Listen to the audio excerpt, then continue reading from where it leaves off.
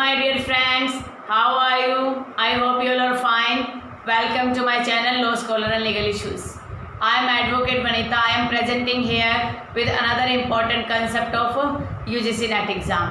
जो लास्ट का हमारा UGC NET के लिए जो हमारा एक लेक्चर था, जो मैंने UGC NET के जून 2014 का पेपर 2 है उसकी कुछ 25 क्वेश्चंस को कंप्लीट करवा दिया था।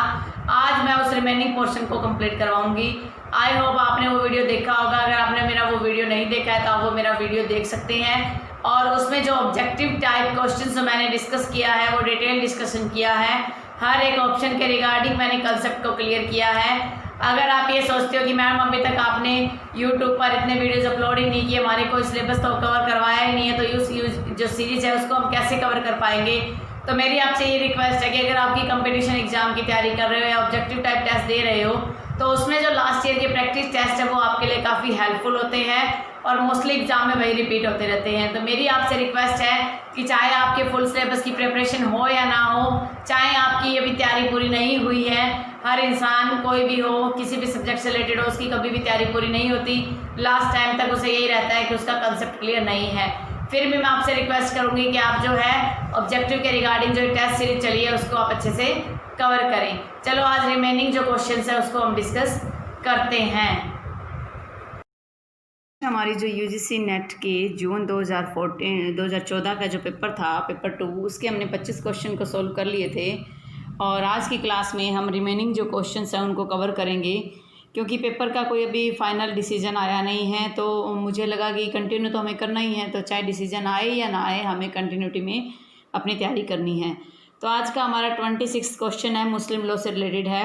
अ marriage under Muslim law between persons with fosterage relation is. जो फोस्ट्रेज रिलेशन होता है वो फोस्ट्रेज का मतलब है कि जैसे कोई बच्चा है उसको उसके मदर जो है उसकी मदर एक्सपायर हो चुकी है तो वो किसी और मदर से दूध पीता है, यानी कि फोस्टेज का मतलब ये है कि उसने अपनी किसी और मदर का जो दूध पिया है तो उसके जो बच्चे होंगे उनके साथ जो शादी होगी वो शादी कैसी होगी। तो वो शादी जो होती है वो वॉइड शादी होती है।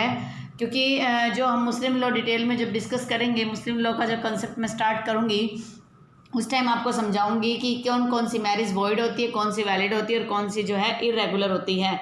हिंदू मैरिज में तो क्या है सॉरी हिंदू मैरिज लॉ के अंदर तो जो मैरिजेज होती है वो वॉइड और वैलिड ही होती है या वॉइडेबल होती है, लेकिन यहाँ पर इरेगुलर का कंसेप्ट है। सबसे पहले तो जो ये वर्ड्स हैं इनका मीनिंग समझ लेते हैं। जो सही मीनिंग से पता चल रहा है कि सही मतलब वैलिड मैरिज की बात हो रही है। बातिल जो है वॉइड को बोलते हैं और फासिद जो है वो इरेगुलर को बोलते हैं।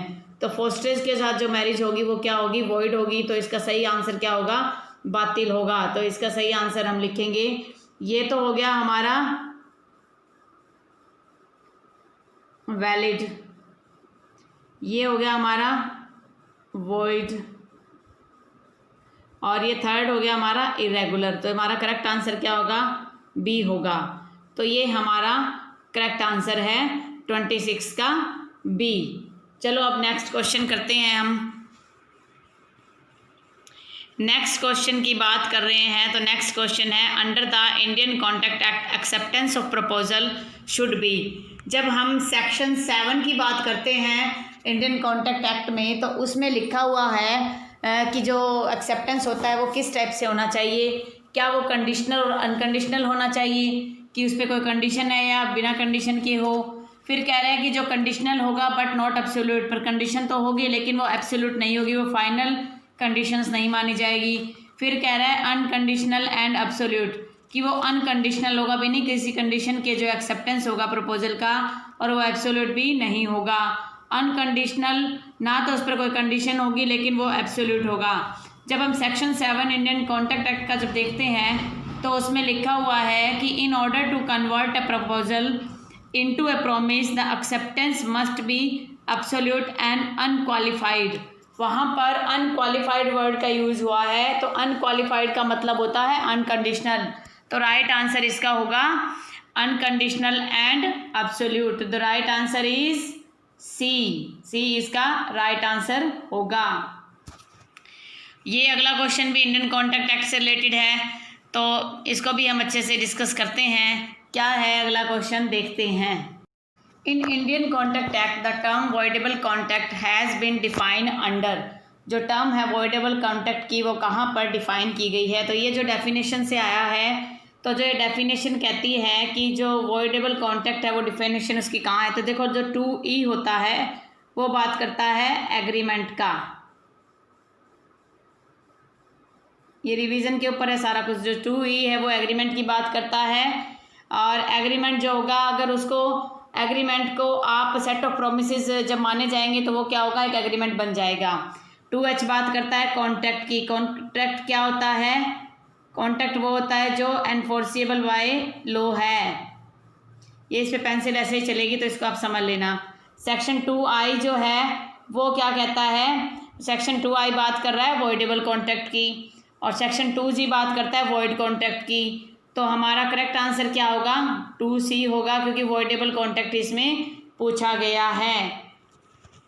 उसके बाद है 29वां क्वेश्चन, ये कहता है कि कॉन्ट्रैक्चुअल लायबिलिटी अराइज, कि मान लो जब दो व्यक्तियों के बीच में कॉन्ट्रैक्ट हो गया तो उन दोनों की लायबिलिटी कब अराइज हो जाएगी, क्या ऑफर होगा और एक्सेप्टेंस, क्या ऑफर और एक्सेप्टेंस होने से ही कॉन्ट्रैक्ट बन जाता है, नहीं, क्योंकि जब ऑफर और एक्सेप्टेंस होता है तो उससे ये तो डिसाइड नहीं होता कि दोनों पार्टीज उस कॉन्ट्रैक्ट को करना चाह रही है या नहीं करना चाह रही।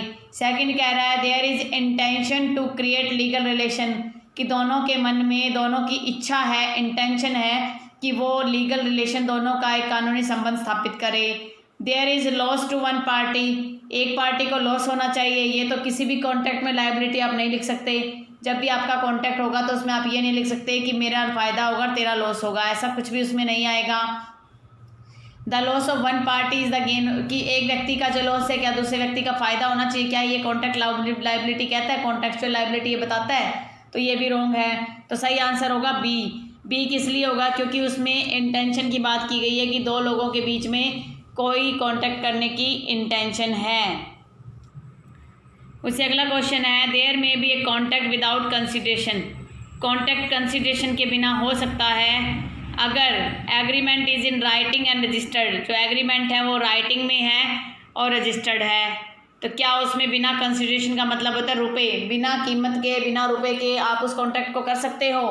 फिर कह रहा है parties to the agreement are in relationship, जो पार्टीज़ है एग्रीमेंट की क्या वो एक नियर रिलेशनशिप है, नियर रिलेशनशिप का मतलब है भाई बहन है, तो क्या वो कंसिडरेशन नहीं होगा। जैसे मान लो मैंने अपने सिस्टर को मेरी गाड़ी बेचनी है, तो मैंने मान लो गाड़ी 5 लाख की परचेज़ की, लेकिन मेरी सिस्टर को मैं फ्री में भी देना चाहूँ तो मैं दे सकती हूँ। तो ये आप इसमें किसी प्रकार का कंसिडरेशन की रिक्वायरमेंट नहीं रहती। फिर कहता है कि agreement is made due to natural love, अगर नेचुरल लव मैंने अपने बेटे को या अपने परिवार के मेंबर्स को अपने प्यार और एक अफेक्शन, लगाव के वजह से मैंने कुछ एग्रीमेंट कर लिया और उसमें मैंने कोई रुपया नहीं रखा, तो क्या ये हो सकता है। एक्चुअल में तो जब हम कॉन्ट्रैक्ट एक्ट में डेफिनेशंस पढ़ते हैं तो उसमें कहता है कि कोई भी कॉन्ट्रैक्ट विदाउट कंसिडरेशन जो है वो वैलिड नहीं है, लेकिन यहाँ पर ये तीनों ही चीज़ ऐसी है जिसमें कंसिडरेशन को, बिना कंसिडरेशन के कॉन्ट्रैक्ट को बनाया गया है। तो क्या ये सारे के सारे एलिमेंट हो सकते हैं।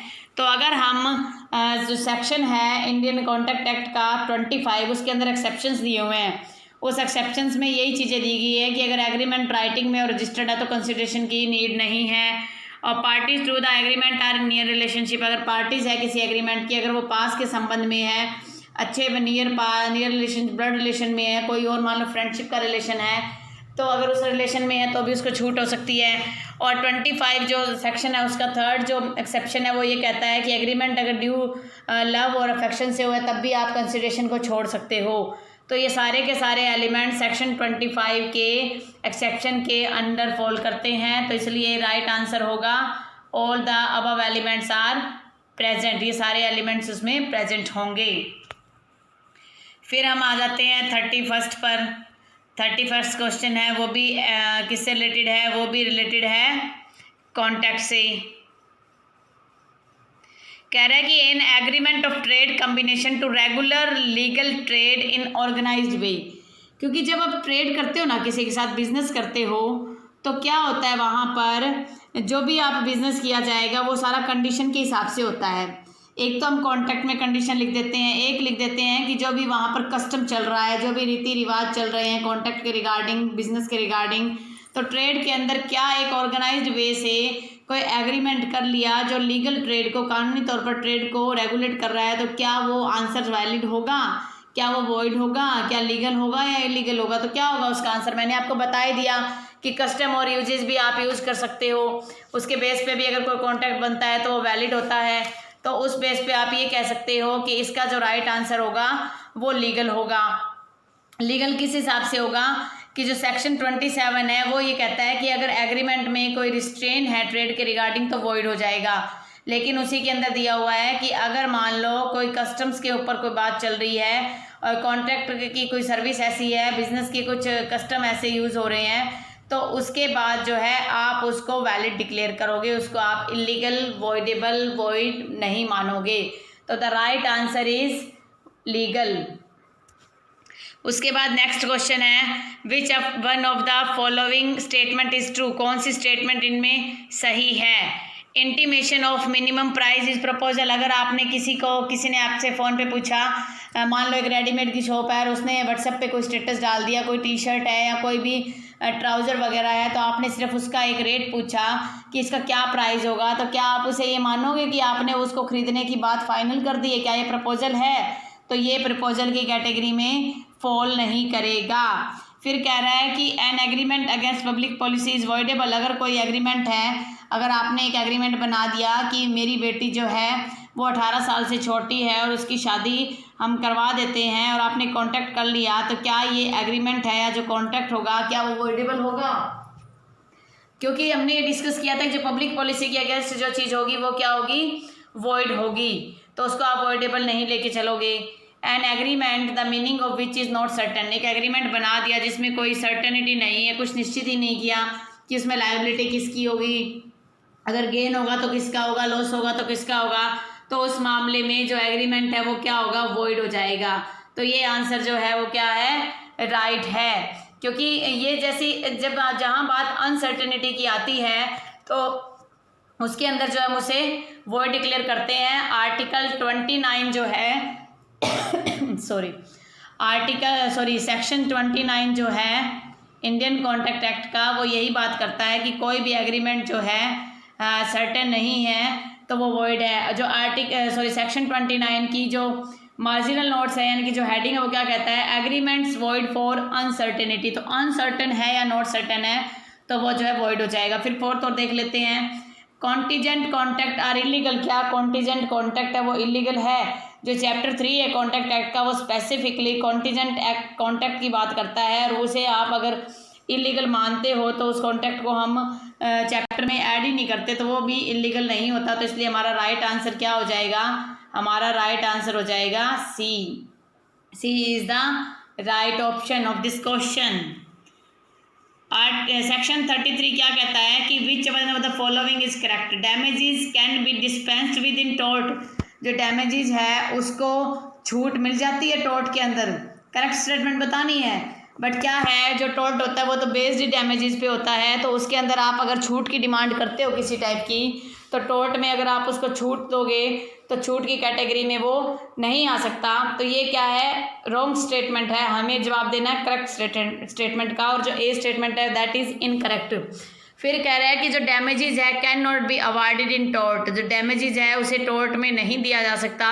One other remedies are provided by statute. जब अदर रेमेडीज जो हैं वो स्टैट्यूट ने प्रोवाइड करी हो, तो ये भी गलत है। डैमेजेस तो किसी भी टाइम पर आप डिमांड कर सकते हो, जैसे मैंने आपको स्पेसिफिक रिलीफ एक्ट बताया उसमें आप स्पेसिफिक परफॉर्मेंस करवा सकते हो, लेकिन साथ में आप एडिशनल जो है कुछ भी क्लेम कर सकते हो डैमेजेस या कंपनसेशन, तो वो भी मना नहीं है। तो ये स्टेटमेंट भी इनकरेक्ट है।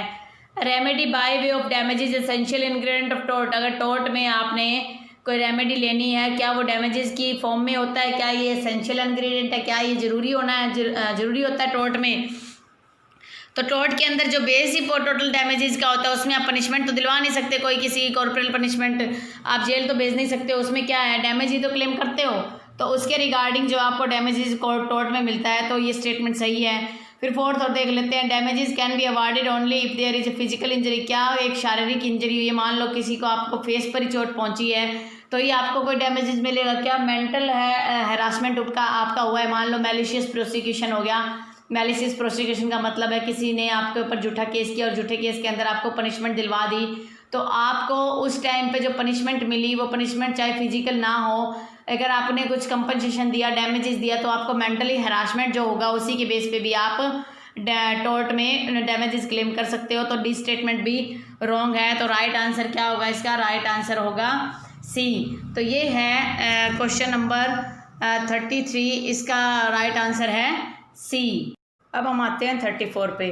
After considering the following choose the right choice. इनको आप देखिए और राइट चॉइस को चूज कीजिए। Infringement of a legal right, आपके लीगल राइट का इन्फ्रिजमेंट हुआ है। लीगल डैमेज, आपका लीगल डैमेज हुआ है, इनकी कोई स्टैच्यूट है उसके तहत आपको कुछ डैमेज हुआ है। एनी डैमेज या कोई भी डैमेज आपको हुआ है, फिजिकल है, मेंटल है। Exist of a legal right, और आपका एक लीगल राइट उसमें एग्जिस्ट कर रहा है। तो ये 4 आपको स्टेटमेंट दे रखी है। अब बताना है कि right to claim damages in tort would arise only if, अगर आप डैमेजेस क्लेम करते हो टॉर्ट में, तब किस बेस पे क्लेम कर सकते हो? अगर आपके इन्फ्रिजमेंट हुआ है, यानी कि किसी भी लीगल राइट है, कानूनी अधिकार आपको मिला है, मान लो न्यूसेंस का एग्जांपल आप ले लो, पब्लिक न्यूसेंस है या प्राइवेट न्यूसेंस है, उसको अगर किसी ने वायोलेट कर दिया तो आपका लीगल राइट है वहाँ पर। लीगल डैमेज का मतलब आप डैमेज वही ले सकते हो ना जो आपको स्टैच्यूट ने दिया है, कानूनी तौर पर मिला है। एनी डैमेज, क्या कोई एनी डैमेज क्लेम कर सकते हो? तो एनी डैमेज तो कुछ भी हो सकता है, किसी ने थप्पड़ मारा, किसी ने कीचड़ में फेंक दिया, तो क्या हर प्रकार का डैमेज आप ले सकते हो? तो इसका रॉन्ग जो स्टेटमेंट इनमें से क्या है? एनी डैमेज जो है वो एक रॉन्ग स्टेटमेंट है। तो राइट आंसर क्या होगा? फर्स्ट, टू और फोर्थ जिसके ऑप्शंस होंगे वही राइट आंसर होगा आपका। फर्स्ट, टू और फोर्थ ऑप्शन है बी। तो आपका इस क्वेश्चन का राइट आंसर आएगा बी। फिर है mental condition of the wrong doer is relevant in all torts. क्या हर प्रकार के टॉर्ट्स में मेंटल कंडीशन जरूरी होती है? फिर कहता है कि नॉट रेलेवेंट इन टॉर्टिस, की मेंटल कंडीशन है वो टॉर्टिस लाइबिलिटी में रेलेवेंट नहीं है। तो relevant in case of strict liability, और जो स्ट्रिक्ट लाइबिलिटी होता है यानी कि जहाँ पर आपकी मेंसरिया नहीं थी और आपके ऊपर केस फाइल हुआ, क्या वो रेलेवेंट होता है? फिर कह रहे हैं relevant in torts based on fault. Mental condition भी किसी टॉर्ट में तभी एप्लीकेबल होगी जब आपने वहाँ पर कोई फॉल्ट किया, अगर आपकी कोई गलती नहीं है तो आपको उसके लिए लायबल नहीं ठहराया जा सकता। यही बात कह रहा है 35 इसका क्वेश्चन। इसका राइट आंसर होगा डी। डी इसका राइट आंसर होगा। उसके बाद हम अगले क्वेश्चन पे आ जाते हैं। अगला क्वेश्चन है हमारा 36। अब हमारा क्वेश्चन नंबर 36 क्या कहता है देख लेते हैं। P voluntarily accepted lift from D। P क्या करता है? वॉलंटरी मतलब अपनी मर्जी से एक्सेप्ट कर लेता है, स्वीकार कर लेता है लिफ्ट लेना D से, जो क्या ड्रंक है। ड्रंक का मतलब जिसने शराब पी रखी है और कार ड्राइव कर रहा है।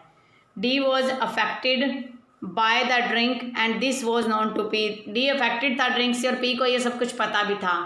D caused the accident in which P suffered injury। D जो है एक एक्सीडेंट कोज कर देता है और इसमें P को इंजरी हो जाती है। अब आपका क्वेश्चन है कि क्या यहाँ पर D can escape the liability because P was aware. क्या D उस लाइबिलिटी से बच जाएगा कि P को उसकी नॉलेज थी? क्या ऐसा होता है? अगर उसने ड्रिंक भी किया तो अपनी मर्जी से किया है तो उसकी लाइबिलिटी से वो बच नहीं सकता। तो कैन एक्सेप्ट, ये स्टेटमेंट सही है? नहीं है। D is liable because P did not agree to suffer the harm. D liable होगा, लेकिन D लाइबल होगा कि P ने किसी प्रकार की सहमति नहीं दी थी हार्म करने के लिए। क्या D लाइबल होगा? तो D यहाँ पर लाइबल भी नहीं होगा। उसने सहमति दी हो ना तो उसकी वजह से उसकी लाइबिलिटी अराइज नहीं होती। D is not liable because he gave free lift. Liable नहीं है क्योंकि उसने फ्री जो लिफ्ट है वो दी थी, तो ये भी राइट नहीं है। फिर D is liable because the degree of intoxication was not to extend that it can be assume that there was voluntarily assumption of risk by P। कि D लाइबल होगा, वो इस वजह से लाइबल नहीं होगा कि P ने उसको किसी प्रकार का एग्रीमेंट नहीं किया था हार्म पहुंचाने के लिए, वो इसलिए लाइबल होगा क्योंकि जो डिग्री थी इंटॉक्सिकेशन की, जो उसने नशा कर रखा था, जो उसने शराब पी रखी थी, वो इतनी ज़्यादा नहीं थी कि जिससे P को ये एज्यूम होता, अनुमान लगता कि वहाँ पर उसको जान का रिस्क है, उसको एक्सीडेंट का रिस्क है। तो ये जो किस में पड़ता है, ये सेक्शन नंबर 86 है हमारा आईपीसी का, जो ये कहता है कि उसे नॉलेज थी और उसकी लायबिलिटी अराइज होता है, तो उसमें उसका पूरी तरह से एक तरीके से आप ये नहीं कह सकते कि उसको वहाँ पर छूट नहीं मिलती। सेक्शन 85 86 जो है जनरल एक्सेप्शंस की सेक्शन है, लेकिन 86 में नॉलेज की बात होती है तो वहाँ उसको छूट नहीं मिलेगी। तो राइट आंसर होगा इसका डी। तो इस तरह से आप पहले तो चारों ऑप्शन समझिए क्या कहना चाह रहा है, और अगर आपको उसका आंसर नहीं भी पता तो आप अपनी जो मेंटल थिंकिंग है, जनरल जो नॉलेज है आपके पास, जनरल अवेयरनेस है आपका, एक नॉर्मल व्यक्ति क्या सोचता है उस बारे में, उस चीज़ को आप लेके चलिए और उसी के बेस पर आप आंसर दिया कीजिए। उससे क्या होगा, आपका जो क्वेश्चन का आंसर है कभी भी रॉन्ग नहीं होगा। तो अब नेक्स्ट क्वेश्चन है हमारा 37। A rickshaw was being pulled by the rickshaw puller. एक रिक्शा चलाया जा रहा था रिक्शा पुलर, रिक्शा चलाने वाले के साथ, उसके पास 3 पैसेंजर्स थे बोर्ड पर। बोर्ड का मतलब उस रिक्शा में, रिक्शा का मतलब ऑटो भी हो सकता है। विच वॉज अगेंस्ट, वो लॉ के अगेंस्ट है, क्योंकि जो रिक्शा है उसमें 2 से ज़्यादा लोग आप नहीं बिठा सकते। उन्होंने 3 पैसेंजर बिठा रखे थे। एक बस जो है रैशली और नेग्लिजेंटली आ रही थी, ड्राइवर ने जो ड्राइविंग करा था रैशली और नेग्लिजेंट कर रहा था। बस कोलाइड्स विद रिक्शा, बस जो है रिक्शा के साथ टकरा जाती है, जिसमें क्या है डैमेज हो जाता है, रिक्शा को नुकसान पहुंचता है और रिक्शा पैसेंजर्स को चोट लग जाती है। तो यहाँ पर आपको लायबिलिटी बतानी है। Passengers can not claim compensation from bus operator for the injury as they themselves were not acting according to law. कि पैसेंजर्स को बस के ड्राइवर से किसी प्रकार का कंपनसेशन नहीं मिलेगा, क्योंकि उन्होंने जो इंजरी हुई है वो उनकी खुद की नॉलेज से हुई है, क्योंकि उनको पता था ज़्यादा जने बैठेंगे तो एक्सीडेंट हो सकता है। Passengers can not claim compensation from bus operator as there was contributory negligence on their part. Contributory negligence थी। कंट्रीब्यूटरी नेग्लिजेंस क्या होता है, जिसमें आपका खुद का भी उस लापरवाही को करने में योगदान होता है, कंट्रीब्यूशन होता है। तो क्या यहाँ पर पैसेंजर्स का खुद का कंट्रीब्यूशन था? तो सेकंड चीज़ ये हो गई। Passengers can claim full compensation लेंगे बस ड्राइवर से, हालांकि उनकी contributory negligence had not been contributory, कि रिक्शा जो ऑपरेटर था उसकी कंट्रीब्यूटरी नेग्लिजेंस थी, न कि जो पैसेंजर्स थे उनकी थी। तो passengers are entitle for compensation के लिए एंटाइटल हो गए which shall be proportionally reduce taking into account their illegal act, कि क्या जो कंपनसेशन उनको मिलेगा वो उनके द्वारा इलीगल लापरवाही से किया गया जो इलीगल एक्ट है। क्या उन्होंने इलीगल एक्ट किया था? उन्होंने तो कोई इलीगल एक्ट नहीं किया था, ये ड्यूटी बनती थी रिक्शा ओनर की, रिक्शा ऑपरेटर की। तो यहाँ पर राइट आंसर क्या होना चाहिए कि चाहे बस वाले ने जो गलती करी उसका कंपनसेशन तो मिलेगा ही मिलेगा, चाहे रिक्शा चालक ने कितनी भी लापरवाही अपनी तरफ से की हो, चाहे उसका कंट्रीब्यूटरी नेग्लिजेंस होगा। आईपीसी में जब 304A की बात आती है तो उसमें यही बात कही गई है कि जब आप रैश और नेग्लिजेंट एक्ट करते हो तो उसके बेस पे आपको पनिशमेंट का प्रोविज़न है, यानी कि कंपनसेशन आपको मिलेगा। तो राइट आंसर क्या हो जाएगा इसके अंदर? राइट आंसर हो जाएगा सी। इसके बाद हम आते हैं अगले क्वेश्चन पे 38 पे। ये भी टॉट का क्वेश्चन है। एब्सोल्यूट लायबिलिटी, राइट कोड पे आपने टिक करना है। Consider the following and then select the right code पर आप टिक कीजिए। Absolute liability implies liability without fault. क्या एब्सोल्यूट लायबिलिटी वो होती है जिसमें कोई फॉल्ट नहीं होता? एब्सोल्यूट लायबिलिटी क्या होती है? जो एब्सोल्यूट लायबिलिटी है वो एक्टस रियस का एक्सेप्शन है। तो क्या ये विदाउट फॉल्ट होता है? फिर कहता है कि in case of absolute liability defendant is liable for the injury if the act is the direct and proximate cause of plaintiff's injury.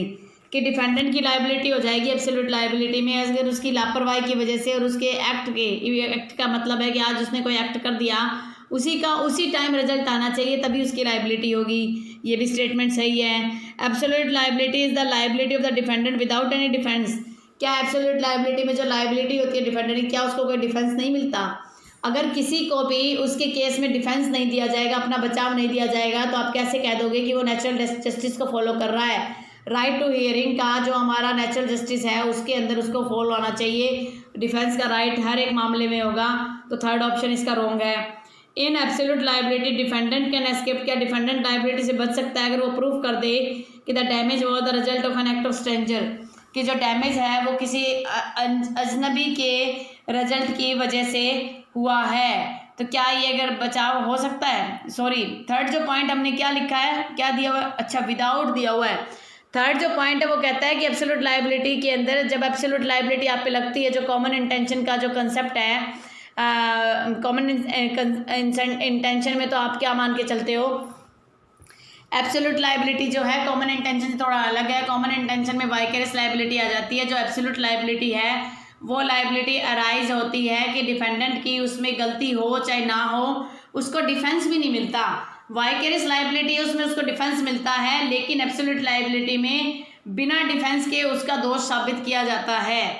और ऐसा जो एब्सोल्यूट लाइबिलिटी का जो मामला था वो MC मेहता के एक केस में आया था। जो एब्सोल्यूट लाइबिलिटी का कंसेप्ट था, जब ये भोपाल गैस का जो कांड हुआ था उसके अंदर क्या है कि जो एक विदेशी कंपनी थी उसको उसमें लायबल माना गया था, हालांकि उसका उसमें कोई रोल भी नहीं था। तो उसको एब्सोल्यूट लाइबिलिटी का जो कंसेप्ट उसमें निकल के आया और उसी बेस पर उसको कंपनसेशन दिया गया।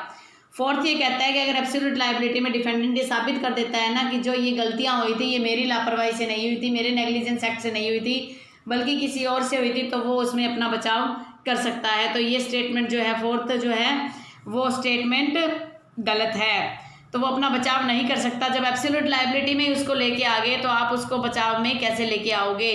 तो राइट स्टेटमेंट होगी इसमें, first second third right statement है। तो आप वो आंसर देखिए ABCD कोड के अंदर जिसमें फर्स्ट सेकंड थर्ड तीनों को करेक्ट दिया गया है। तो हमारा राइट आंसर होएगा C। अब 3 तरह की लाइबिलिटी होती है, दोबारा समझ लीजिए। एब्सोल्यूट लाइबिलिटी में उसका पूरा का पूरा रोल माना जाता है। एब्सोल्यूट लाइबिलिटी में किसी प्रकार का बचाव की पॉसिबिलिटी उसको नहीं होती, इस बात का डिफेंस नहीं दिया जा सकता कि उसका कोई एक्ट नहीं किया था। लेकिन इसमें जो डिफेंस का बात हुई है वो स्ट्रेंजर किसी और के ऊपर वो मामला थोप दिया गया, तो वो साबित किया गया है। वाइकेरियस लाइबिलिटी में कॉमन इंटेंशन का कंसेप्ट वाइकेरियस लाइबिलिटी के साथ जुड़ा हुआ होता है। स्ट्रिक्ट लाइबिलिटी में मेंशरिया का जो एक्सेप्शन है, स्ट्रिक्ट लाइबिलिटी और वाइकेरियस लाइबिलिटी जो एक्टस रेस का एक्सेप्शन है, तो वो उन दोनों में कंफ्यूज मत होना। एब्सोल्यूट लाइबिलिटी का जो MC मेहता का केस आप माइंड में रख लेना, और भोपाल गैस कांड का जो मामला था उसको आप दिमाग में रखना, तो आप कभी नहीं भूलोगे। फिर अगला कंसेप्ट है causing one thing to resemble another thing is known as. एक मेरे पास 5 रुपए का सिक्का है, उसी के जैसा मैंने एक और बनाना, वो क्या होता है, उसको क्या कहा जाता है, वो किस कैटेगरी में आता है? वो आता है काउंटरफिट की कैटेगरी में। काउंटरफिट क्या होता है? जिसमें एक जैसी चीज़ें बनाना, रिजेंबल चीज़ें बनाना, तो काउंटरफिट की कैटेगरी में आता है। ये शायद सेक्शन 272 कुछ ऐसे है, वहाँ पर ये दिया हुआ है। 1 मिनट थोड़ा सा मैं बेरेक्ट से क्लैरिफाई कर लेती हूँ, आपको बता देती हूँ, आपके माइंड में रह जाएगा काउंटरफिटिंग का एग्जाम्पल। क्योंकि अगर एक बार आप जब वीडियो सुनते हो ना, तो अगर आपने कुछ गलत अपने माइंड में फीड कर लिया तो आपके माइंड में गलत ही छप जाता है। तो जब भी आपको डाउट हो तो आप बेझिझक क्या करो, बेयर एक्ट ले लो और उसमें आप देख सकते हो कि कहाँ पर ये कंसेप्ट है। सॉरी, काउंटरफिटिंग का जो कंसेप्ट है वो काउंटरफिटिंग कॉइन के बारे में 231 में और काउंटरफिट इंडियन कॉइन के बारे में 232 में दिया गया है। और डेफिनेशंस में भी जो काउंटरफिटिंग है उसके बारे में बताया गया है। डेफिनेशन है वो हमारी, मैंने आपको उसका डिटेल नोट्स बना रखे हैं, डिटेल मैंने कंसेप्ट को क्लियर करवाया हुआ है। तो जो डेफिनेशंस है उसमें भी काउंटरफिटिंग का वर्णन किया गया है सेक्शन नंबर 28 में। तो सेक्शन नंबर 28, 230, 231, 232 जो है काउंटरफिटिंग से ही डील करते हैं। चीटिंग और डिसेप्शन अलग चीज़ होता है, उसमें किसी को धोखा दिया जाता है, अपने फ़ायदे के लिए दिया जाता है, मिसलीड किया जाता है। जो डिसेप्शन होता है उसमें हम जानबूझकर किसी को मिसलीड कर रहे हैं, गलत दिशा में लेके जा रहे हैं। और चीटिंग भी उसी का ही एक ग्रुप है, चीटिंग के अंदर ही डिसेप्शन होगा तभी वो चीटिंग की कैटेगरी में आएगा। तो हमारा राइट आंसर क्या होगा? काउंटरफिट होगा। फिर अगला कंसेप्ट है a private libel is not considered as strict liability. Libel क्या होता है?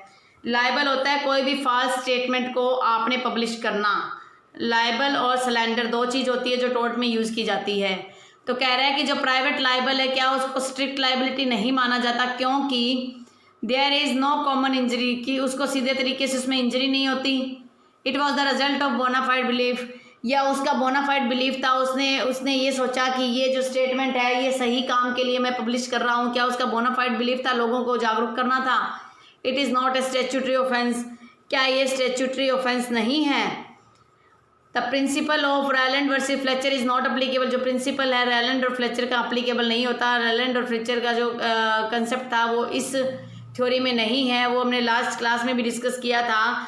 जो रैलेंड और फ्लेचर का जो कंसेप्ट था वो कंसेप्ट हमने कौन से लाइबिलिटी के अंदर किया था। वो जो कंसेप्ट रैलेंड और फ्लेचर का था वो कंसेप्ट मैं आपको बताती हूँ क्या किया था, कौन से क्वेश्चन में हमने किया था। एक बार उसको बैक करके देखना पड़ेगा तभी पता चलेगा कि रैलेंड और फ्लेचर का जो केस है वो हमने डिस्कस किया था स्ट्रिक्ट लाइबिलिटी में। माइंड में आ गया। वो स्ट्रिक्ट लाइबिलिटी में हमने डिस्कस किया था, रेनल्ड और फ्लेचर का जो केस था उसमें क्या था कि उसमें कोई मामला था टोर्ट के रिगार्डिंग, वो केस आया था। उसको जब भी आगे जब टोर्ट का कंसेप्ट आएगा तो जब वो केस आएगा तब मैं उसको डिटेल में आपको डिस्कशन करवा दूंगी। तो प्रिंसिपल ऑफ रेनल्ड फ्लेचर का जो स्ट्रिक्ट लाइबिलिटी से रिलेटेड था, तो ये बात आ रही है प्राइवेट लाइबल की, तो ये चीज़ इसमें नहीं ऐड होगा। सेकंड की it is not a statutory offence. क्या प्राइवेट लाइबल जो है कोई स्टैट्यूटरी ऑफेंस होता है? ये कोई स्टैट्यूटरी ऑफेंस नहीं है, ये तो टोर्ट में है। ऐसा नहीं कि कोई स्पेसिफिक इसके लिए लॉ बना हुआ है टोर्ट के अंदर ही हम इसमें डिमांड करते हैं कंपनसेशन की, तो ये स्टैट्यूटरी ऑफेंस नहीं है। It was the result of bona fide belief. क्या ये जब ये स्टेटमेंट पब्लिश हुई, बोनाफाइड अगर कोई स्टेटमेंट पब्लिश हो जाएगी तो उस मामले में तो आप मान के चलिए कि आपको पनिशमेंट ही नहीं होगा। आपने किसी की भलाई के लिए अगर कोई स्टेटमेंट आपने इशू करी है तो उस मामले में तो वो आपका बोनाफाइड एक बिलीफ है, तो उस मामले में आपका लायबल का कोई मामला ही नहीं बनेगा, कोई डैमेज क्लेम ही नहीं होगा। इसी तरीके से लास्ट बच गया, there is no common injury, कि कोई कॉमन इंजरी नहीं होती इस मामले में। तो नो कॉमन इंजरी और danger inferred from the fact, की फैक्ट से कोई कॉमन इंजरी साबित नहीं होती, इसलिए ये स्ट्रिक्ट लायबिलिटी में फॉल नहीं करता। तो इसका राइट आंसर होगा ए। टोर्ट का जो कंसेप्ट है ना वो काफ़ी डिटेल्ड कंसेप्ट है। जब टोर्ट को हम टॉपिक वाइज डिस्कस करते हैं ना तभी ये क्लियर हो पाता है कंसेप्ट, क्योंकि हम बहुत कम ही टोर्ट को पढ़ना पसंद करते हैं। तो इस मामले में ये जो टोर्ट के कुछ क्वेश्चंस हैं उनको बार बार रिवीजन जब करेंगे या जब उसका पूरा का पूरा डिटेल लेक्चर में अपलोड करूँगी, जब कभी 2 महीने 4 महीने जब कभी भी टाइम लगेगा तो उस टाइम में इसके कंसेप्ट को हम डिटेल में डिस्कस कर सकते हैं। The principle of common intention applies. Common intention को मैं अच्छे से आपको करवा चुकी हूँ। जो प्रिंसिपल है कॉमन इंटेंशन का वो प्रिंसिपल अप्लाई होता है when a criminal act is done, जब एक क्रिमिनल एक्ट जो है उसको किया गया है इन फर्दरेंस ऑफ दैट इंटेंशन, की आपकी पहले प्लानिंग हुई थी, उस प्लानिंग को पूरा करने के लिए अगर आपने कोई क्रिमिनल एक्ट किया था मिलकर तो वो क्या होगा, प्रिंसिपल ऑफ कॉमन इंटेंशन हो जाता है। सही बात है ये बिल्कुल सही बात है।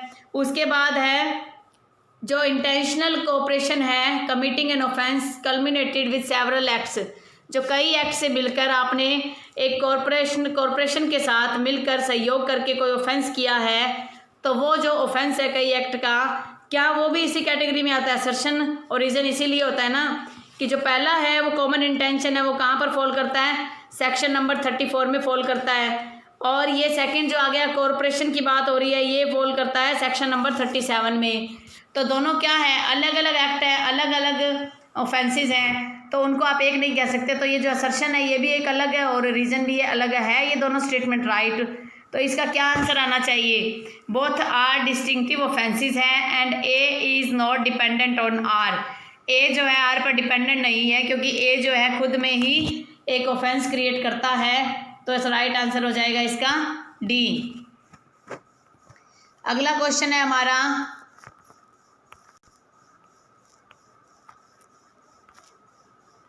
Question number 42। The right of private defence does not depend upon the actual criminality of the aggressor but on the wrongful character of the act attempted. जो राइट ऑफ प्राइवेट डिफेंस होता है वो पूरी तरह से क्या किसी क्रिमिनल एक्ट पर डिपेंड होता है अग्रेसर के। अग्रेसर का मतलब जिसने उकसाया था, उस यानी कि जो एक्ट करने आया था, जो एक्यूज था, क्या अग्रेसर की क्रिमिनलिटी, क्या उसने वास्तव में क्राइम किया उसी के लिए होता है, या on the wrongful character of the act, या उसने जो गलत तरीके से जो एक्ट किया था उसके लिए होता है। तो क्या स्टेटमेंट है ये कि जो वो क्राइम करने आ रहा है उसके लिए अप्लीकेबल होगा या उसने रॉन्गफुल एक्ट जो किया है। तो इसमें क्या है, वो रॉन्गफुल एक्ट करता है। तो ये जो स्टेटमेंट क्या है, ये सही है। अगर वो रॉन्गफुल कैरेक्टर से यानी कि रॉन्गफुल एक्ट करने के उद्देश्य से वहाँ आएगा तभी तो उसका एक्ट क्रिमिनल माना जाएगा। तो ये असर्शन है सही। रीज़न क्या कहता है कि even if an act is treated as an offence, हालांकि उसका जो एक्ट है उसको ऑफेंस माना जाता है। The right of private defence arises against the author despite his personal incapacity. क्या वो किसी दूसरे को अपनी पर्सनल कैपेसिटी के अलावा, मान लो खुद जो प्राइवेट डिफेंस ना लेके वो किसी और को प्राइवेट डिफेंस की बात करता है अपनी जगह पर, क्या वो कर सकता है? तो ये आंसर क्या है, सही है कि अगर मान लो खुद की जगह वो अगर किसी दूसरे को कहे कि तुम उसकी जगह डिफेंस ले सकते हो तो क्या वो डिफेंस लिया जा सकता है? तो इसका आंसर क्या होना चाहिए? A is correct principle because R is the right reason.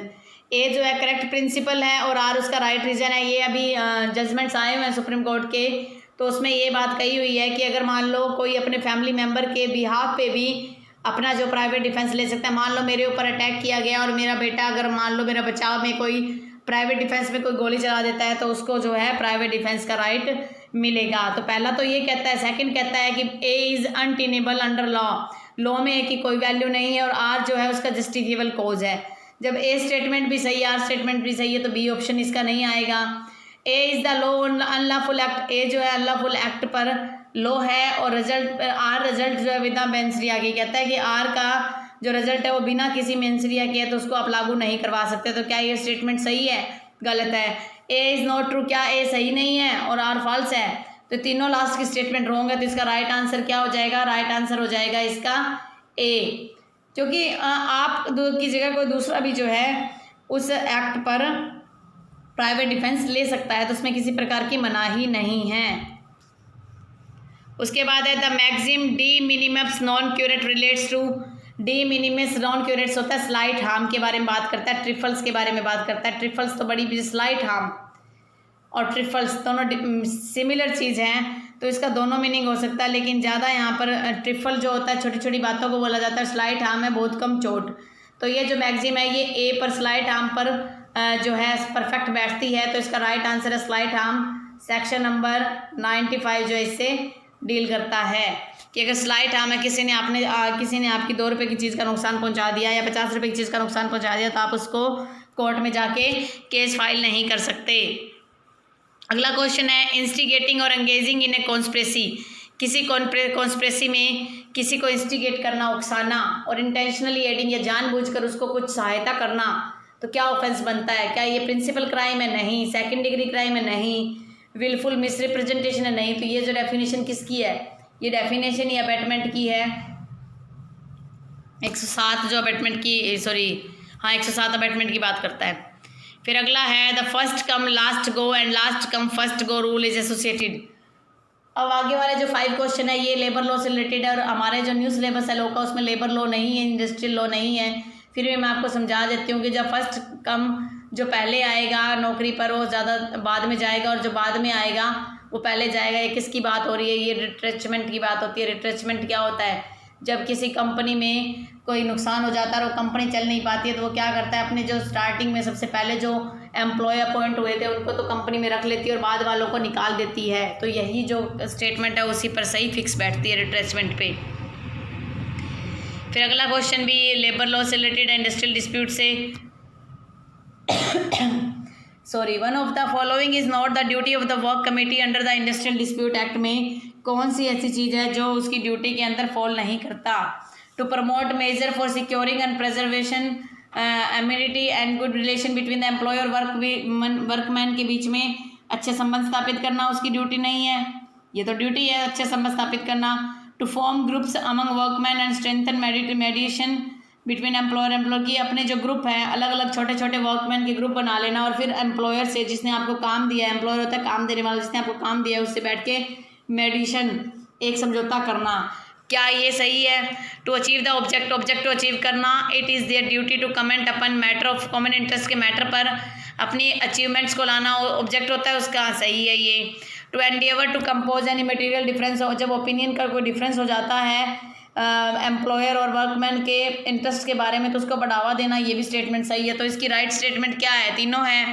कौन सी ड्यूटी नहीं है? कि छोटे छोटे ग्रुप में डिवाइड होना, जैसे to form groups among workman, जो वर्कमैन है जो कर्मचारी है उनके बीच में छोटे छोटे ग्रुप बनाकर उनके बीच में मेडिएशन समझौते की बातें करवाना, ये क्या है? इंडस्ट्रियल डिस्प्यूट एक्ट की कमेटी का काम नहीं है। उसके बाद अगला क्वेश्चन है N unregistered trade union has one of the following disadvantages. जो अनरजिस्टर्ड ट्रेड यूनियन है उसके क्या एडवांटेजेस है? It can acquire and hold both movable removable property को एक्वायर और होल्ड कर सकता है? नहीं कर सकता, ये तो वैसे भी नहीं कर सकता। It has no cooperation existence, क्या उनके बीच में कोई आपस में ग्रुप का कोई उपस्थिति नहीं है, इनकी वो एक संगठन में काम नहीं करते। तो अगर रजिस्टर्ड ट्रेड यूनियन नहीं होगी तो वो संगठन में काम नहीं करते, ये इसका राइट आंसर होगा। इनको मैं ज़्यादा डिटेल में नहीं करवा रही लेकिन इनके आंसर्स दे रही हूँ। नेक्स्ट जो मेरा जब भी मैं ऑब्जेक्टिव टेस्ट को, ऐसे टेस्ट पेपर्स को मैं डिस्कस करूँगी तो जो लेबर लॉ के क्वेश्चन होंगे उनको बीच में मैं निकाल ही दूँगी, क्योंकि हमारे काम के नहीं है, फालतू का इन पे टाइम वेस्ट क्यों करना।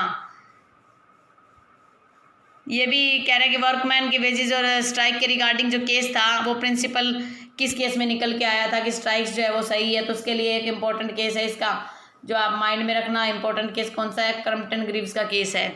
ये बस दिमाग में रखना कि अगर मान लो कॉन्स्टिट्यूशन लॉ के रिगार्डिंग पूछा जाए तो ये इंडस्ट्रियल डिस्प्यूट एक्ट का केस है, ये आप माइंड में रखोगे। फिर है इन किस केस में सुप्रीम कोर्ट ने ये बात कही कि जब रिट्रेचमेंट होगा वर्कमैन का वो इनवैलिड हो जाएगा अगर उसका दोबारा से रखा जाएगा, अगर दोबारा से उसे अपॉइंट कर लेते हैं तो वो इनवैलिड हो जाएगा। तो ये किस स्टेटमेंट में, ये किस केस में बात की गई थी? ये बात की गई थी हरिंद्रा सिंह के केस में। फिर है किस केस के अंदर the members of the registered trade union immunity ले सकते हैं क्रिमिनल केसेस में, किस मामले में वो अपना एक इम्यूनिटी लेंगे कि उन पर क्रिमिनल केस रजिस्टर नहीं होना चाहिए। द कम्बिनेशन ऑफ 2 और मोर members of registered trade union act in furtherance of trade dispute, अगर उन्होंने ट्रेड डिस्प्यूट में कोई एक्ट किया है तो उसके अंदर जो है वो अपना इम्यूनिटी ले सकते हैं। तो आज के हमारे ये जो 50 क्वेश्चन है वो कंप्लीट हो गए हैं। आई होप आपने एंजॉय किया होगा। अगर आपको फिर भी डाउट्स हैं तो आप मेरे व्हाट्सएप नंबर पे मैसेज कर सकते हैं और रिवीजन आप करते रहिए, जो मैं सबसे ज़्यादा बार कहती हूँ। आई होप आपको ये टेस्ट सीरीज़ का जो कंसेप्ट है वो पसंद आया होगा। अगर आपको मेरा वीडियो पसंद आता है और आज का जो हमारा कंसेप्ट था टेस्ट सीरीज़ के रिगार्डिंग, अगर वो आपको अच्छा लगे तो आप मेरे वीडियो को लाइक कीजिए। अगर आप मेरे चैनल पे न्यू और फर्स्ट टाइम इस वीडियो को देख रहे हो और आप ये सोचते हो कि फर्दर आपको ऐसे वीडियोज़ मिलते रहें तो आप मेरे चैनल को सब्सक्राइब कर लीजिए और बेल आइकन पर जो है क्लिक कर दीजिए, जिससे फर्दर जैसे ही कोई वीडियो अपलोड होता है उसकी नोटिफिकेशन सबसे पहले आपको मिल जाए। और आप अपने पेपर्स के लिए रिवीजन करते रहिए, क्योंकि जो भी टेस्ट होते हैं किसी प्रकार का एग्ज़ाम क्यों ना हो उसमें रिवीजन जो है सफलता की कुंजी माना जाता है। और अगर आप किसी भी एग्ज़ाम में अपने आप को तैयारी में फुल कंप्लीट रखना चाहते हो, अपना कोई एग्ज़ाम क्लियर करना चाहते हो, whether that is related to judiciary, that is related to CLAT or any other competitive exam, then you can also revise all the concept, all the languages of where acts। तो revision से ही आप क्या कामयाबी की जो अपनी मंजिल है उसको पा सकते हो। और एक चीज़ आप हमेशा माइंड में रखिए कि आप इस बात को कभी भी अपने दिमाग में मत लाइए कि आपकी मेहनत आप नहीं कर रहे हो, आपको रिजल्ट नहीं मिल रहा। जब आप मेहनत कर रहे हो तो उसका रिजल्ट आज नहीं तो कल आपको अवश्य मिलेगा। तो ट्राई अगेन जो है वही एक जीवन का हमारा लक्ष्य होना चाहिए। फेल अगर आप होते हो बार बार तो ये भी माना जाता है कि फेल जो है वो भी आपको काफ़ी हद तक सिखा के जाता है। तो सिर्फ सक्सेस के लिए आप ये कहते हो तो फेलियर्स जो है वो पिलर माने गए हैं कि failures are the pillar of the success. के जो कामयाबी के जो पिलर्स है वो फेलियर ही है। फेल होकर ही आप बार बार नया अनुभव गेन करते हो। तो आई होप आपको मेरी बातें ठीक लगी होंगी। Stay home, stay safe, stay healthy. Thank you for watching.